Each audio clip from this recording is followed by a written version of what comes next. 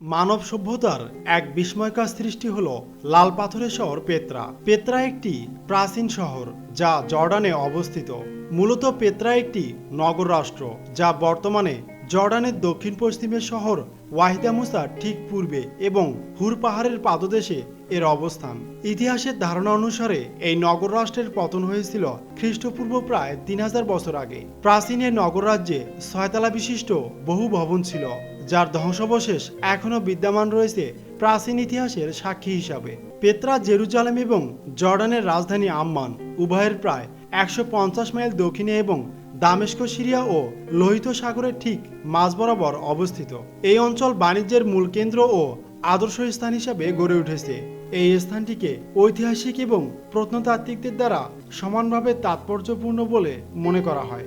এর একমাত্র কারণ হল সুন্দর শিলাকাটা স্থাপত্য এবং উদ্ভাবনীয় সব জল ব্যবস্থাপনা পদ্ধতি। জল ব্যবস্থাপনা এই অঞ্চলটিকে বসবাসযোগ্য করে তুলেছিল, কারণ এটি মরুভূমি এবং রুক্ষ পাহাড়ি ভূখণ্ড দ্বারা বেষ্টিত। অন্যদিকে আবার পেত্রা শহরকে রোজ সিটি হিসাবেও ডাকা হতো, আর এর মূল কারণ ছিল ভবনগুলিতে ব্যবহৃত পাথরের রঙের কারণে। 1985 সালে ইউনেস্কো ওয়ার্ল্ড হেরিটেজ সাইট হিসেবে ঘোষণা করেছে পেত্রাকে। এই ঘোষণায় পেত্রাকে বলা হয় মানব সভ্যতার সাংস্কৃতিক ঐতিহ্যের সবচেয়ে মূল্যবান সম্পদগুলোর মধ্যে একটি। এছাড়াও 2007 সালে পৃথিবীর নতুন 60টি আশ্চর্যের মধ্যে জায়গা করে নিয়েছে পেত্রা নগরী। সেই প্রাক ঐতিহাসিক কাল থেকেই লোহিত সাগর এবং মৃত সাগরের মধ্যে অবস্থিত এই স্থানটি খুবই বিখ্যাত ছিল। পেত্রা নগরী অনেকটাই অর্ধনির্মিত এবং অর্ধশিলা খোদাই করা একটি নগর রাষ্ট্র। তাছাড়াও এর প্যাসেজগুলি এবং স্তম্ভগুলো পাহাড় দ্বারা বেষ্টিত। এটি বিশ্বের অন্যতম প্রত্নতাত্ত্বিক সাইট হিসাবেও স্বীকৃতি, যেখানে প্রাচীন ঐতিহ্যবাহী হেলেনিস্টিক স্থাপত্যের সাথে অনেকটাই মিল পাওয়া যায়।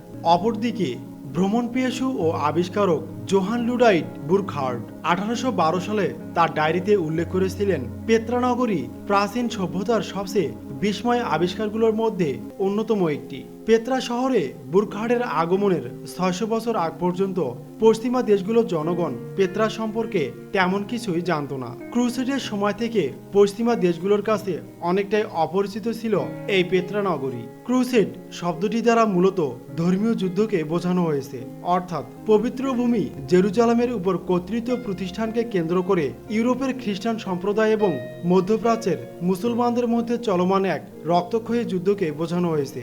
আবার অন্যদিকে পেত্রা ছিল মানুষের তৈরি প্রাকৃতিক দুর্গ, তবে স্থানীয় বেদুইন উপজাতিদের কাছে এটি পরিচিত ছিল, কিন্তু তারা এই নগরীর সাথে বহিরাগত মানুষদের পরিচয় করে দিত না। পরিচয় না করিয়ে দেওয়ার অন্যতম আরও একটি কারণ ছিল, আর তা হলো বহিরাগত মানুষেরা গুপ্তধনের সন্ধান না পেয়ে যায়। এরপর পশ্চিমের গাজা, উত্তরের বর্ষা ও দামেস্ক এবং লোহিত সাগরের পাশে আকুয়াবা ও লিউস, এবং অপরদিকে মরুভূমির উপর দিয়ে পরাস্য উপসাগরে যাওয়ার প্রধান সব বাণিজ্যিক পথগুলোকে নিয়ন্ত্রণ করত পেত্রা। 400 খ্রিস্টপূর্ব থেকে 200 খ্রিস্টপূর্ব পর্যন্ত এটি ছিল নবটিয়ান রাজ্যের রাজধানী। এটি বিখ্যাত হয়ে আছে অসাধারণ প্রাকৃতিক সৌন্দর্য এবং গুরুত্বপূর্ণ স্মৃতিস্তম্ভগুলোর জন্য। এটি তৈরি হয়েছে মূলত গুহার মধ্যেই। এর কোথাও কোথাও মাত্র 12 ফুট পর্যন্ত চওড়া। অন্যদিকে মাথার উপরে রয়েছে পাথরের বিশাল আকৃতির সব দেয়াল। গুহার পাশে রয়েছে সবচেয়ে বিখ্যাত খাজানে ফ্রাউন নামের মন্দিরটি। মন্দিরটি ফারাওদের ধনভাণ্ডার নামেও বেশ পরিচিত। পেত্রা নগরী ছিল অত্যন্ত সুরক্ষিত ও অর্থনৈতিকভাবে সমৃদ্ধ এক সভ্যতা। পেত্রা নগরীর চারধারে ছিল উঁচু পাহাড় এবং একটি অফুরন্ত জলধারা। পেত্রা শব্দের অর্থ হলো পাথর। লাল পাথর দিয়ে তৈরি বলে সম্ভবত এই শহরটির নাম রাখা হয়েছে পেত্রা। এই শহরটিতে রয়েছে প্রায় 3000 লাল পাথরের টুম্ব, থিয়েটার এবং বাড়িঘর। এগুলো শুধু বিশালতার দিক দিয়ে বিখ্যাত হয়নি, তার সাথে রয়েছে স্থাপত্য, ভাস্কর্য এবং শিল্পীদের মনোমুগ্ধকর হাতে ছোঁয়া। সেই সময় ভৌগোলিক অবস্থান ভেদে পেত্রার উপর অনেক ধনী সম্রাটের নজর ছিল, কারণ যে এই জায়গাটিকে দখল করতে পারবে সেই পেত্রা এবং এর উপর দিয়ে যাওয়া বিভিন্ন গুরুত্বপূর্ণ বাণিজ্যিক পথগুলোর দখল নিতে পারবে। ওই পথ ধরেই বাণিকরা মশলা, জামা কাপড় এবং বিভিন্ন সামগ্রী নিয়ে পাড়ি দিতেন গাজা এবং দামেস্কের দিকে। তারপর রেড সি নদী পেরিয়ে ছড়িয়ে পড়তেন পৃথিবীর বিভিন্ন দেশে। আর সেই সময় পশ্চিম এশিয়ার বাসিন্দাদের প্রধান জীবিকা ছিল ব্যবসা। এতে করেই সকলের কাছে পেত্রার গুরুত্ব খুব সহজেই আন্দাজ করা যায়। পেত্রার বাইরের স্থাপত্য যেমন সুন্দর, তেমনি ছিল নজরকাড়া। বিভিন্ন কারুকার্য ও সুনিপুণ হাতের কাজ পুরো শহরটিতে এখনো ছড়িয়ে ছিটিয়ে রয়েছে। নবটিয়ানদের ধর্ম নিয়ে কোথাও খুব বেশি চর্চা পরিলক্ষিত হয় না। ধারণা করা হয়ে থাকে এরা দুষ্ট্রা নামক এক দেবতা এবং দেবীর পূজা করতেন। পরবর্তীতে শোনা যায় এখানকার অধিবাসীরা পেগাম ধর্ম গ্রহণ করে এবং তারা আরামাইক ভাষা ব্যবহার করতেন, যা আমাদের ঠিক উল্টো, অর্থাৎ বাম দিক থেকে ডান দিকে লেখা শুরু করতেন তারা। 330 খ্রিস্টাব্দে রোমান সম্রাট কনস্টাইনের হাত ধরে পেত্রায় খ্রিস্টান ধর্মের প্রবেশ ঘটে। দ্বিতীয় ও তৃতীয় শতকে এসে শহরটির কিছুটা উন্নতি সাধন করা হলেও পরবর্তী সময়ে পেত্রার প্রতিদ্বন্দ্বী শহর পামিরা পেত্রার অধিকাংশ বাণিজ্যিক এলাকা জোরপূর্বক দখল করে নেয়। এর ফলে পেত্রার গুরুত্ব পর্যায়ক্রমে একেবারে কমে আসে। কালের পরিবর্তে পেত্রার অর্থনৈতিক কাঠামো ভেঙে পড়তে থাকে। এই ধ্বংসাবশের শেষ প্রমাণস্বরূপ ধরা হয়ে থাকে এক ভয়াবহ ভূমিকম্পকে। 363 খ্রিস্টাব্দের মে মাসে ভূমিকম্পের ফলে ভেঙে পড়ে এই শহরটির বাড়িঘর ও মন্দিরগুলো। আরও ভেঙে পড়ে জল সরবরাহর সব ব্যবস্থা। অন্যদিকে স্তব্ধ হয়ে পড়ে পেত্রা নগরীর জীবনযাত্রাও।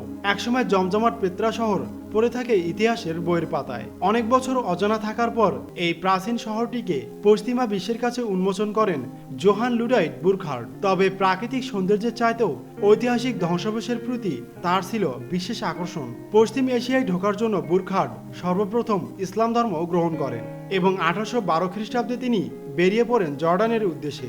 সেই বছরে তিনি আবিষ্কার করেন এই পেত্রা নগরীকে। পেত্রার ইতিহাস অনেক প্রাচীন। এর ভৌগোলিক গুরুত্ব বিবেচনায় পেত্রাকে ইতিহাসের অন্যতম সেরা স্থাপত্যের নিদর্শন হিসাবে মনে করা হয়। প্রাচীন এই শহরে ধ্বংসাবশেষ হিসাবে যা কিছু পাওয়া যায় তা হলো 4টি সমাধিক্ষেত্র, যা প্রায় 12 কিলোমিটার বিস্তৃত, যাতে 113টিরও বেশি নকশা করা পাথর দিয়ে সজ্জিত সমাধি রয়েছে। ঐতিহাসিক জোহান হয়তো বুঝে গিয়েছিলেন তিনি চলে এসেছেন এক আশ্চর্যের প্রাচীন শহর পেত্রায়। তার হাত ধরেই প্রথম ইতিহাসের অতল গহ্বরে হারিয়ে যাওয়া পেত্রা নগরী উঠে এলো সকলের চোখের সামনে।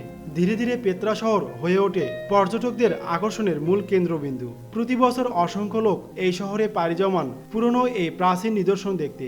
বহু বছর আগে কিভাবে একটি সভ্যতা গড়ে উঠেছিল তার প্রত্যক্ষ সাক্ষী হতে। তো বন্ধুরা, এই ছিল আজকের এপিসোড। যদি এমনই রহস্যময় স্থান এবং অদ্ভুত তথ্য সম্পর্কে ভিডিও দেখতে চান তাহলে অবশ্যই চ্যানেলটিকে সাবস্ক্রাইব এবং শেয়ার করতে ভুলবেন না। আর হ্যাঁ, ভিডিওটিতে একটি লাইক দিতে ভুলবেন না কিন্তু। আজ এই পর্যন্ত। পরবর্তী এপিসোড দেখার আমন্ত্রণ রইল। সেই পর্যন্ত সবাই ভালো থাকবেন, সুস্থ থাকবেন। আল্লাহ হাফেজ।